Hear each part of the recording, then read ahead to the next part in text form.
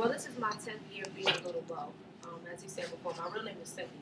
So a lot of people are like, where do you get Mo from? It was just something I made up, just thinking of who would sound great during an encore performance. And I don't really think nobody wanted to say, Cynthia, Cynthia. So I came up with Little Mo. So 10 years in the game, I came up with a concept of branding myself. So when you brand yourself, that's how you market yourself. That's how you sell yourself. So I said, how do I want people to see me? How do I want to reflect upon, my fans out there? So my first single that I came out with, and this song might be older than y'all, because what's the age for middle school? How old are y'all? 11, 12. 12. All right, well, the song came out 10 years ago. So the song is older than my oldest daughter, which is 9. So the song was entitled Superwoman. So I said, well, then how can I break into the younger market? That's another thing that I think is important when you want to sell your music. So I called up my now god brother, his name is Fabulous, and we did a song together. And I was like, let's do more songs together because a lot of people were gravitating to that. So I realized that in middle school up until now, it's very important for education because that's how you know you're smart and you can deal with business. So I don't know if you guys have business courses or classes here or how many times you switch it up, but always remember this reflects the rest of your life. Now I tell my kids that I have a daughter in 1st grade and a daughter in 4th grade. So I already asked them, what do you want to be when you grow up? But I always knew that I wanted to be a singer and a superstar, so much so that I came up with the moniker or the name Little Mo. And just being Little Mo has entitled me to work with a lot of people. Jay-Z, Missy Elliott, Lil Wayne, Nicki Minaj, Lil Kim, Fabulous. The list goes on and on. Okay, hold on. You repeat that list again. You said Lil Wayne? Yeah. Lil Kim? Yeah. Nicki Minaj? Yeah. Fabulous? Yeah. You said Jay-Z? Jay-Z. Is Jay-Z cool? Yeah. Okay. Any of y'all know any of those 50 people? Cent. Yeah. You work with 50 Cent too? Yeah, I went on tour. Did you get any vitamin water from him? No, he didn't have Did any. you get stock in vitamin water? I Oh, I'm wish. sorry. Y'all got to excuse me. 50 Cent made some money off that vitamin water. Okay. I just wanted to know who I was working with here. I wish though. I really wish. But had I been probably in one of those meetings, I probably would have been. But now I know, unless somebody try to sell me some Facebook stock and stuff, I'm going there. But you just have to be in the right place at the right time as well. Who was it that said that greatness is about achieving, but also about getting through challenges? Who was that that said that? That was you. That's my brother right here. So, Ma, I got a question because I think sometimes when you think about greatness, sometimes you just think it's kind of easy. But what would you kind of share, like my brother who already knows, who's in 7th grade? 6th grade, that there are obstacles that you have to overcome. How do you overcome some of those obstacles to become great? Well, my foundation was one that, I'm not saying it's non-existent, but a lot of people used to say we were spoiled. I grew up with a 2-parent household. My mom and dad have been married for 36 years, so with me having, a strong foundation of love, family, church, all of that built together, that's what gave me my strength. I've always been the shortest one in everything. If I take my heels, I think everybody in here is taller than me. So I got you. With that, I just always felt that it was always me against the world.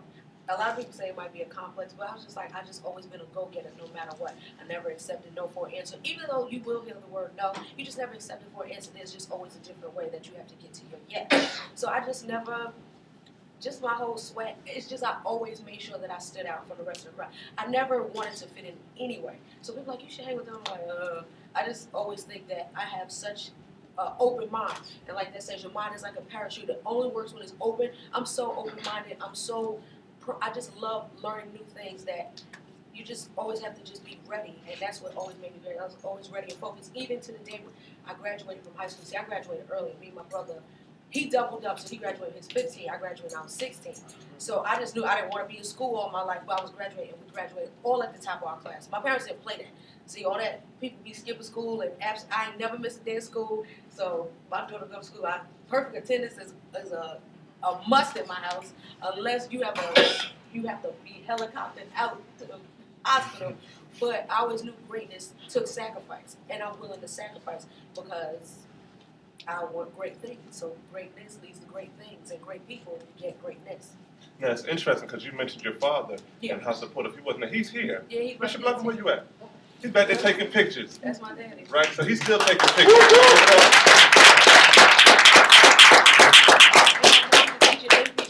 She teaches at Beltsville Academic second center, so. Oh, wow. So she didn't play. Yo, you can go to school, you better not call this house. And so, in all that, I think one of the challenges along the way also, and you kind of touched on it a little bit when you're talking about some of the people you dealt with and worked with, how important is it to have the right people around you? It's very important, but a lot of people have to learn no way, no walk is going to be perfect, but it's very important that you learn from all your mistakes. So I used to think, oh, I gotta have, when we go, we gotta have mad people with us because that's just a good look. Like who that, and then you emerge from the crowd and everybody goes crazy. But then after all is said and done, and then you pay a lot of people, and then you're like, wait a minute, what did I actually make out of this, and what did I actually take away from the situation? Now, pretty much, I've learned that you have to love yourself first, and it's important that you realize and don't lose yourself. You have to love yourself. So that's my whole motto that I'm running with. Love yourself or lose yourself. And I realize that I love me, so that's my single and everything. So now your new album drops when? 11/1/11. So Okay, November 1st, so November 2011. 1st of this year, your new album Movember. drops. That's what we're calling It's it. called what? Movember. M-O-V. Movember. Yeah, that's the only Okay, so time we can say November it. 11. No, November 1st. November 1st, 2011. 2011. All right. But your new single is out now. Yes. Who has iTunes? Well, it's on iTunes. It's entitled "I Love Me." It's featuring Tweet. And before I told Rev I had my new song, he said, "Well, is it safe?" I said, "It's very safe. This is probably the safest song I've ever done in my whole life." The reason being is because I realized that I have children. I have a 9-year-old, a 6-year-old, and a 2-year-old.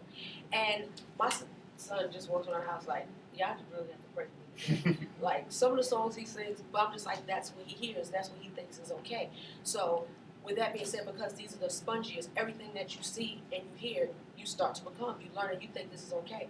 So this song deals with basically loving yourself. You don't realize how much you might not be loving yourself until you actually have to write down the pros and cons of when you wake up in the morning. Like, how do I feel today? Have I told myself I look nice today? Whether somebody will say, do I love myself today? It doesn't matter what you look like, but it's about how you feel about yourself. A lot of people don't know how much they're walking around with low self-esteem until you're really in a situation where you're by yourself. You're like, I don't like the way I feel. I don't like the way my day is going. So the best way to, walk in your order steps is to realize you have to love yourself first before you can think about loving anything or anyone else, Now, I need you all to start writing down your questions for Little Mo, but my other guest just walked in. I told y'all that he was doing some auditions in Atlanta yesterday, but he said he wanted to be here. Benjamin Stoddert, he caught a flight back.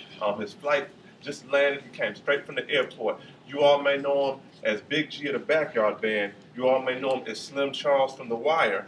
You may have seen him. He's been on Ugly Betty.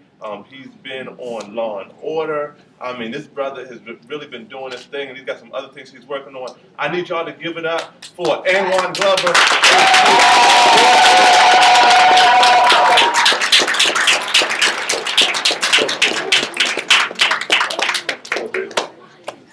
Next time we do this, we are going to be having our own band on the side. Yeah. So you know how the show come on and the band be. At least a DJ or something.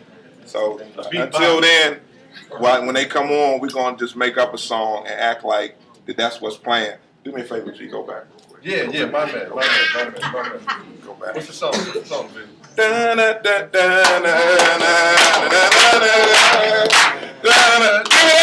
Big G!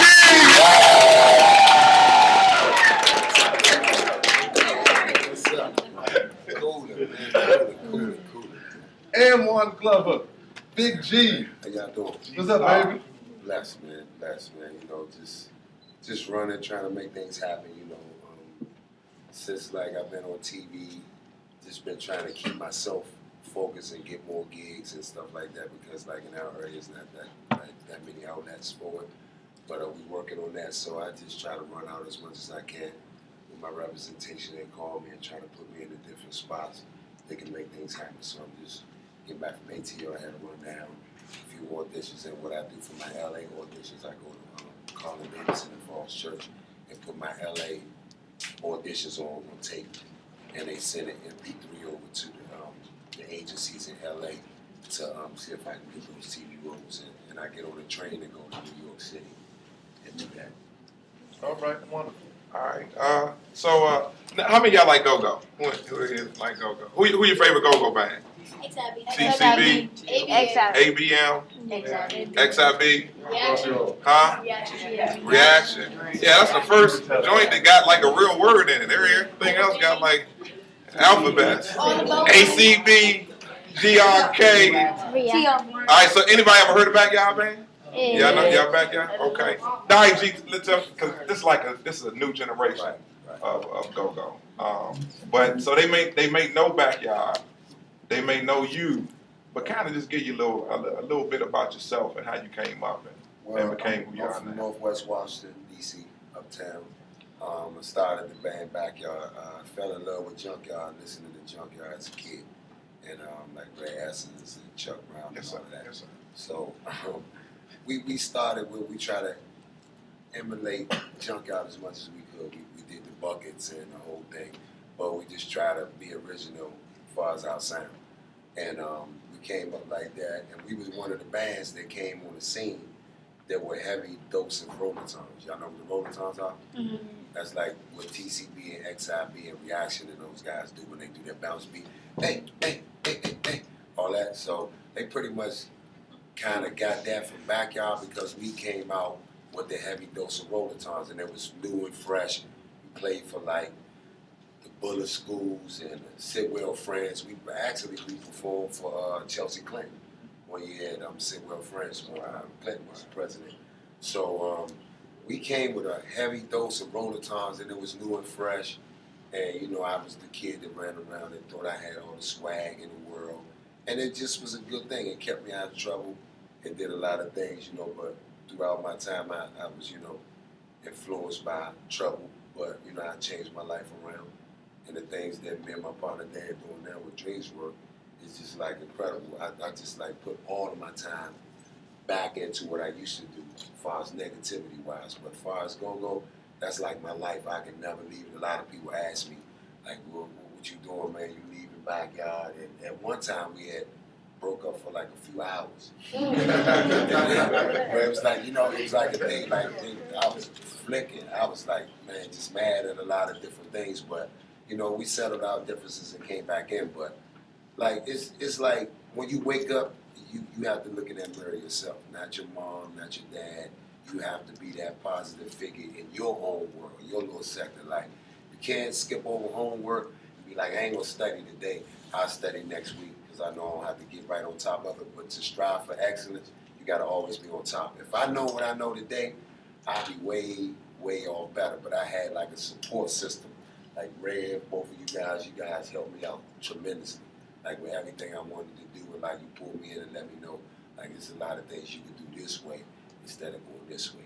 You know what I mean? So a lot of kids really don't have that.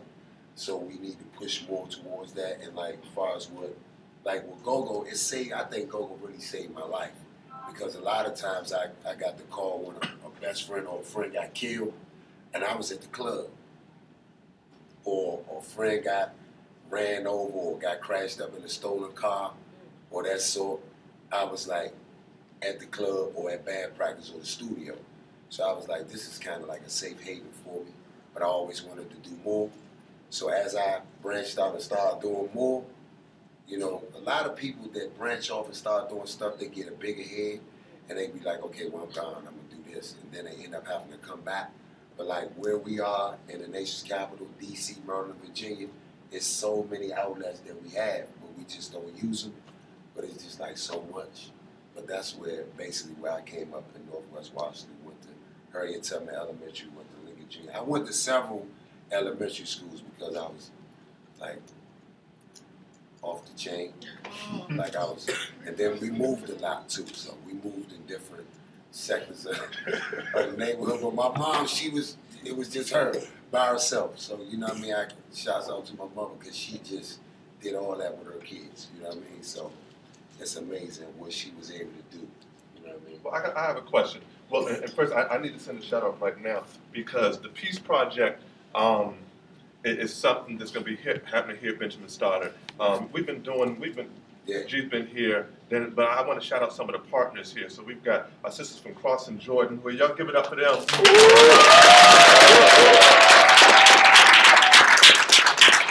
got the brothers from the video from the Circle of Hope. Circle of Hope.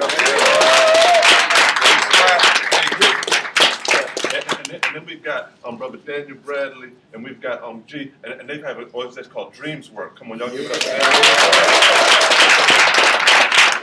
We got Minister Wells, who you saw earlier, Reverend Bill, myself, and we're from Community of Hope. Come on, y'all give it up for them.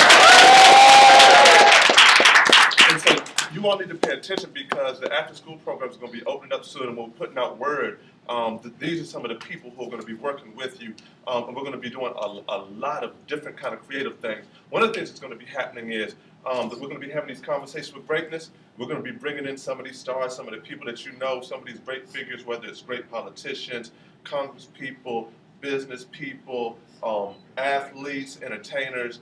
And one of the things is the people who are in the after-school program, you all will be the ones doing the interviewing instead of myself and Reverend Bill. And so you'll be researching the people, and you'll be able to sit down with some of these great people, interview them, ask them the questions as other young people are here, and we're kind of running this thing. So right now, you know, if our little TV show, it's us doing it, but in a while, we won't even be in it. It'll be you all. And so when we put the word out, we want to make sure that you get signed up and become a part of it. But one of the things I wanted to ask you, G, because you started this organization called Dreams Work, Right. and it's based around the arts. It's based around kind of, it's you really working hard to give back, and you really, like you say, trying to be, you said really trying to be positive and kind of share some of the things because you made a change in your life. Right. Now, you kind of alluded to being off the chain a little bit. You know, I was off the chain, you know, that kind of thing. But I really want you to talk a little bit about some of the mistakes you made. I mean, because I even know, I mean, like, I know some of your story. I know how you've been shot. I mean, I know that your nickname was the Ghetto Prince. Yeah. And you didn't get the nickname the Ghetto Prince by acting real suburban. Right. And so I want you to talk about a little bit about some of the challenges, but then talk about what happened that then helps you make that change to really kind of get focused. And because then you end up on the wire and all these kinds of things. So kind of talk about that process for yourself. Basically, man, growing up in my neighborhood, like, and then I had it in my household too. So like, it's like when you have it in your household, it's kind of hard to shake it. So you leaving in the morning, you going out of your building into it, crossing over through the alley through it, and your safe haven is school. So I love to go to school, and I was in the arts and everything in school. But I had an older brother that was like, okay, this is what you got to eat today. If you got to eat bullets, you got to eat bullets. You know what I'm saying? Just using that as a, you know, as an example, that you had to be this tough guy, even if you didn't want to be this tough guy. You had to be this tough guy. And I'm my only mom's kid. I'm my only child living. All of my siblings are dead.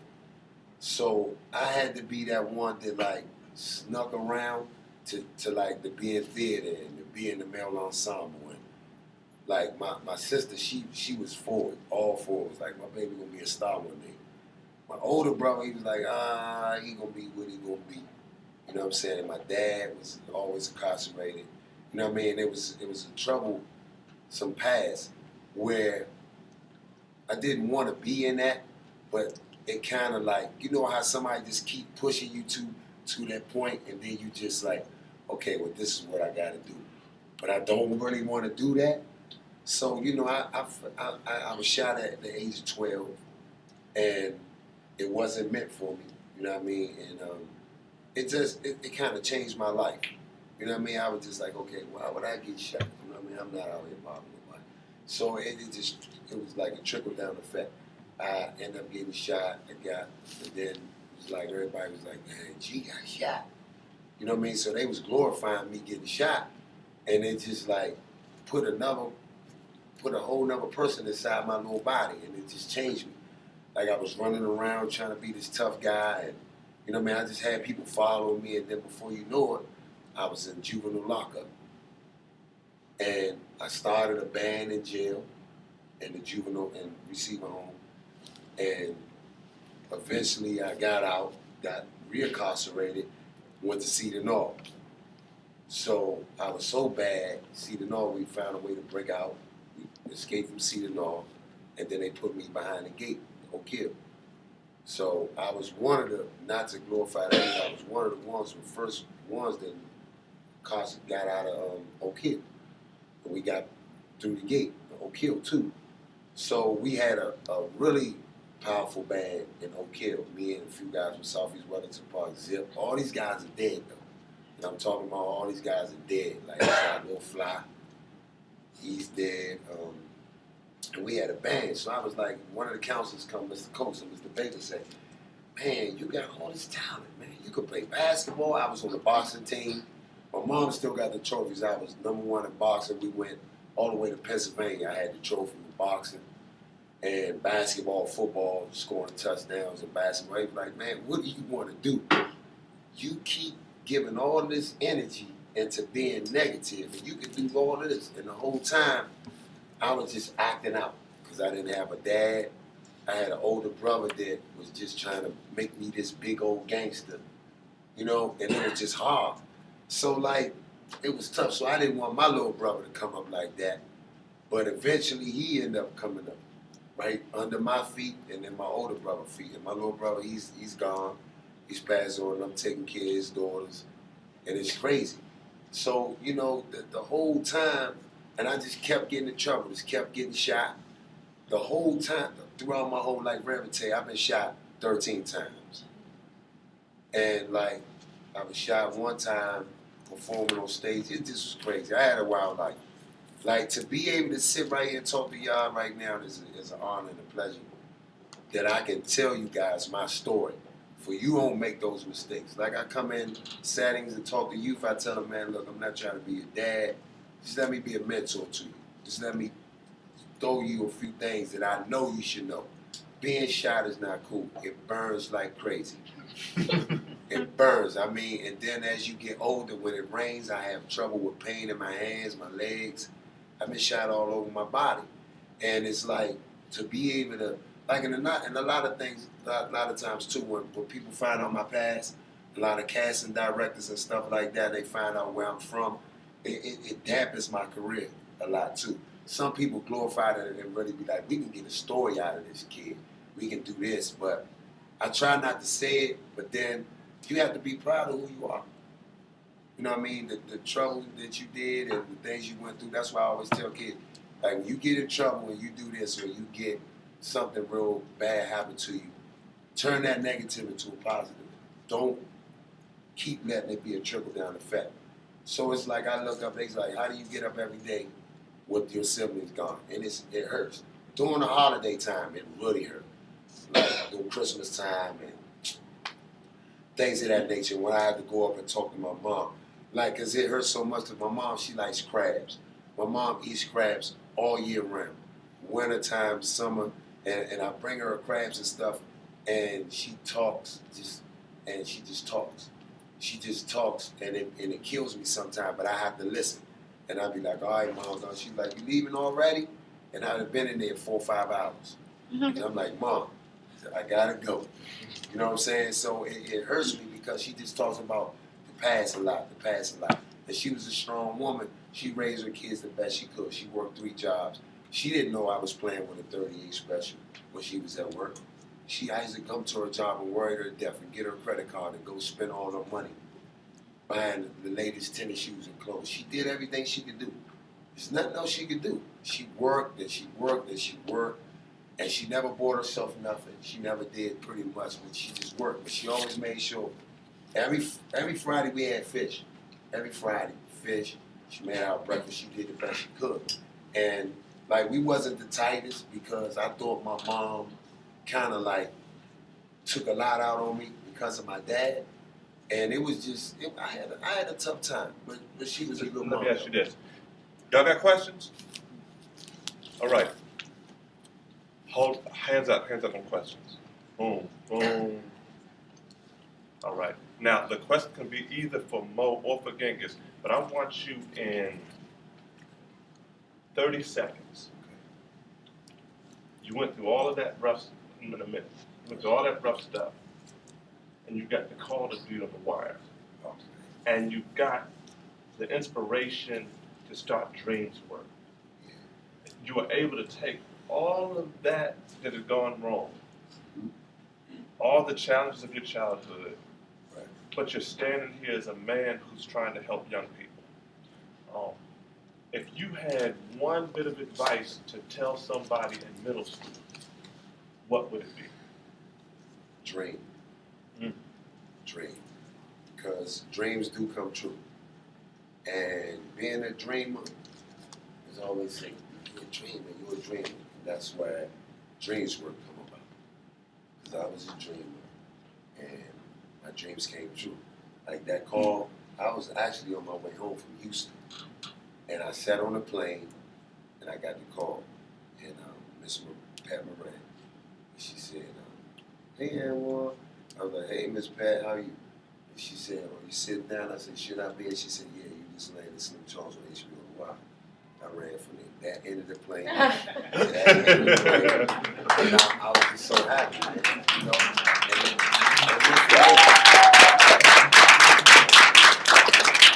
Questions, young people, questions. All right, so I've got, will you answer you? Okay, I'm gonna tell you what. Number 1, number 2, number 3, number 4, number 5. All right, you ready? I got it. Now, when you ask your question, I'm gonna need you, because we're having conversations with greatness, when you talk to great people, right, you stand up like you're great, all right? And you speak loud like you're great. Why? Because we bring great people among you, because we know you've got greatness inside of you. So when you ask your question, I want you to stand tall, and I want you to say your question so everybody in the room can hear it. You got me? Yes, sir. Great man number 1. I have a question for Miss Mo. Miss Mo. In maybe 5 to 10 years, do you know how your life will be or what will be different in your life? Wow, that's an excellent question. Because a lot of people, they say, what's your 5-year plan? What's your 10-year plan? I've learned to plan for the future, but I live day by day because I don't want to be disappointed. I realize in the reality that the real world, nothing is promised, but I can still go get it. So in 5 years, I'm like, shoot, I want $100 million. But why would I plan for that if I'm not going to take the profit? It's not going to just fall in my lap. So I'm planning to get even greater than I am today and take my kids along with me. Thank you. Good question number 1. Who's my great person number 2? Yes, ma'am. Miss Mo, who inspired you to do something? Wow, well, I've been singing for some years. So my first inspiration, I would say, would be the Clark sisters, the gospel group, because that's how I grew up in church. And I used to sing the songs, and they were like, you didn't even go through anything to be saying when I was in the world, I didn't have a God on my side. I was like 4 years old.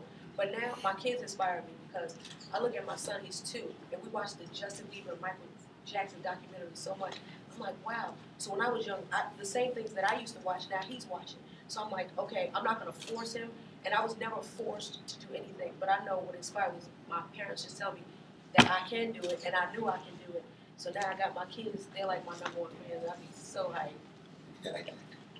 Great question. Great person number 2. Great person number 3, where are you? Yes, sir. Yes, sir. Great Yes, person sir. number 3. Miss Mo. But what do you think got you through all of your hard times? Like you've gone through, like we sort of have been through, but I just want to know what got you through all your hard times. Wow. I don't wear a lot of my hard times. See, I start crying because I'm emotional. I'm a girl. And a lot of people don't know, I'll go through hard times and I don't wear it on my face. But I just always just feel like, I don't want to disappoint nobody that's around me. But what gets me through my hard times, I know that it's okay if I cry. I know it's a great thing to pray. And I just have my family, they just keep me focused because then sometimes I wake up, I just like, oh God, here we go again. I don't want to go through this. But I'm like, if you're going to be great, you're going to go through things. So what gets me through is just praying, family. And then sometimes you just gotta cry sometimes, and you just gotta let it go, and just keeping good people around you. Just because everybody grows, don't mean they for you. Sometimes you got, my dad said, you gotta cut you fat. You just gotta let certain things go because they weigh you down. As soon as you let certain things go that look good, but that was really not good around you, you'll see how much better you can make it. Good question, sir. Good question. I'm on great person number 4, right? Yeah. Great person number 4. Yes, sir. I have a question for both. Mm-hmm. My question for Ms. Mo is, what is your greatest experience going through, like, being famous? What has been my experience like? Well, at first, He said your greatest my experience. greatest experience. Wow. I have so many, but just seeing like whenever I perform and I see my kids on the stage, and my two daughters are scared to come up, but my son will come out and he'll grab the mic. Like I just get so excited because he's fearless, and I realize he gets that from the like. I It mean, really is. and just like he literally is, and he's worse even now. You guys will see, but just for my kids to experience what I'm a part of, those are like the greatest experience. And just seeing me touch people's lives, and I feed off the energy. And so people that come up to me and say, you know what? I had came out here and was like, yo, I was gonna go home and I was gonna take my life. A grown man came to me, he was like, but you sang that song because he's like, my baby mama won't let me see my son, and it hurts when I go to basketball games. She make a sing, but when he said I was gonna take my life, he said, but you sang that song. Now I just want to live and I'm gonna do better. This and that. When I hear people with testimonies from what I've been through to say that that got them through, man, it just makes me feel great and experienced. Wonderful, wonderful, wonderful. Yeah, What was one of your favorite times during the moment?